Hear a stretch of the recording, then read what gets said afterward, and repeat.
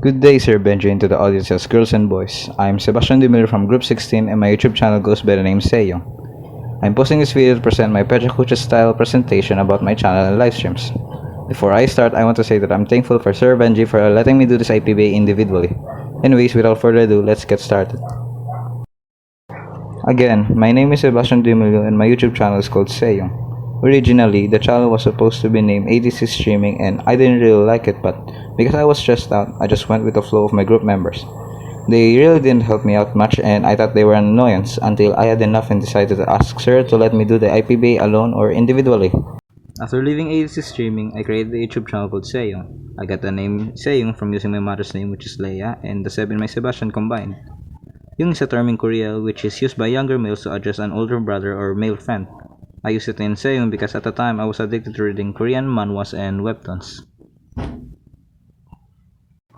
The first time I streamed was during the third quarter of the semester. I made a promotional plan and stream outline on it. To construct the stream, I decided to use Streamlabs as the broadcasting software because it was the easiest out of that other two that was suggested. I made scenes and added some pictures. Me and my friend created to put in scenes like my When you watch my first live stream, you can see 2 to turn to 3 players in between the live. The first two was my friends Chiro and Matthew. I asked them if they wanted to be a part of my live stream since my live stream was Valorant and you can team up to 5 players. The third guy that joined was Finn, and he was a friend of Chiro and decided to join my live stream. They all helped me to liven things up in the live stream, and Throughout the live stream, I only played 2 matches on Valorant, but they were both memorable and hilarious. During the first round, or my first match, my camera froze in an awkward position, which was a very genuine moment for both me and those watching. I panicked a little because I didn't know what would happen, but after some time, I fixed it. I learned a lesson to myself for checking the chat box from time to time. The problem was the audience are telling me things in the chat box to inform and to comment on the things I did in Valorant. I didn't have the time to read all of them because I was too focused on streaming and playing the game with my friends. I learned that I needed to commentate with the audience more. Another lesson was that I started the livestream half an hour early because I was afraid of being late on the livestream. Well, all things considered, my first livestream was a success. For my performance, it was more or less expected for a new channel. I learned a lot from it and would become more better for future use. For my second livestream broadcast, I made a podcast with my friends.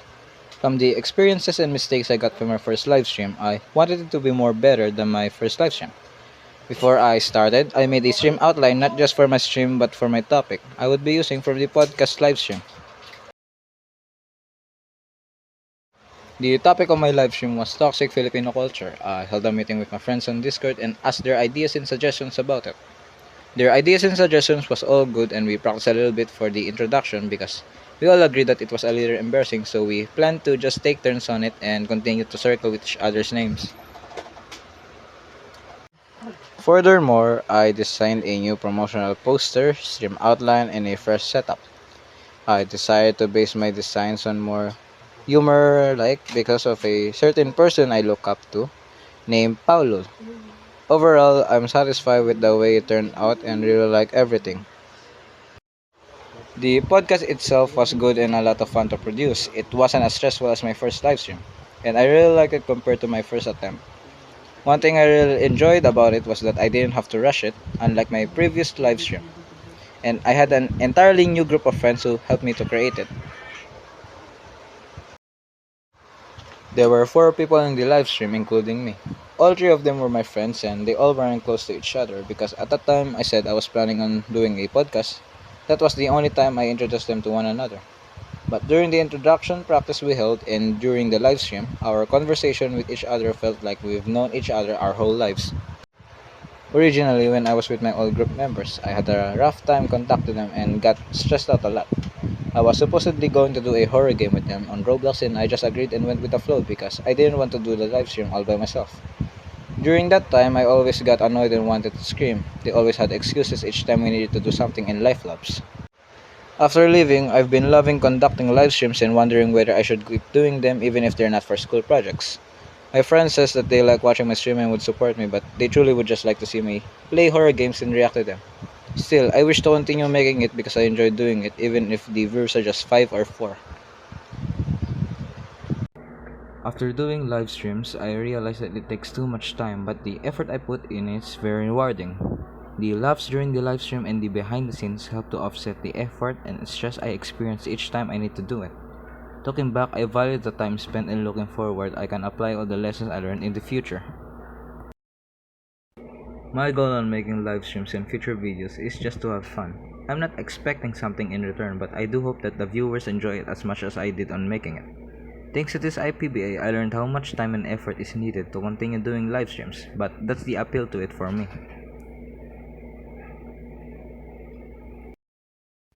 In the future, I am confident that I will be able to utilize the valuable lessons and knowledge gained from my educational experiences. Whether I am faced with technical problems and require troubleshooting skills or need to plan ahead efficiently, I am sure that I will be able to apply my newfound expertise to successfully navigate these challenges. This semester and specifically my participation in the PBA program have provided me with the chance to gain extensive knowledge and acquire practical experience that I can apply in real-world situations. I have had the opportunity to learn a multitude of valuable skills and gain hands-on experience which will undoubtedly benefit me in the future. In spite of the fact I have increased my live streaming and video posting activities, I would like to clarify that my main focus is on pursuing them as a hobby, rather than a professional career. This concludes my Pecha Kucha style presentation. Thank you for investing 6 minutes and 40 seconds of your time. I hope you have a great day and I bid you farewell.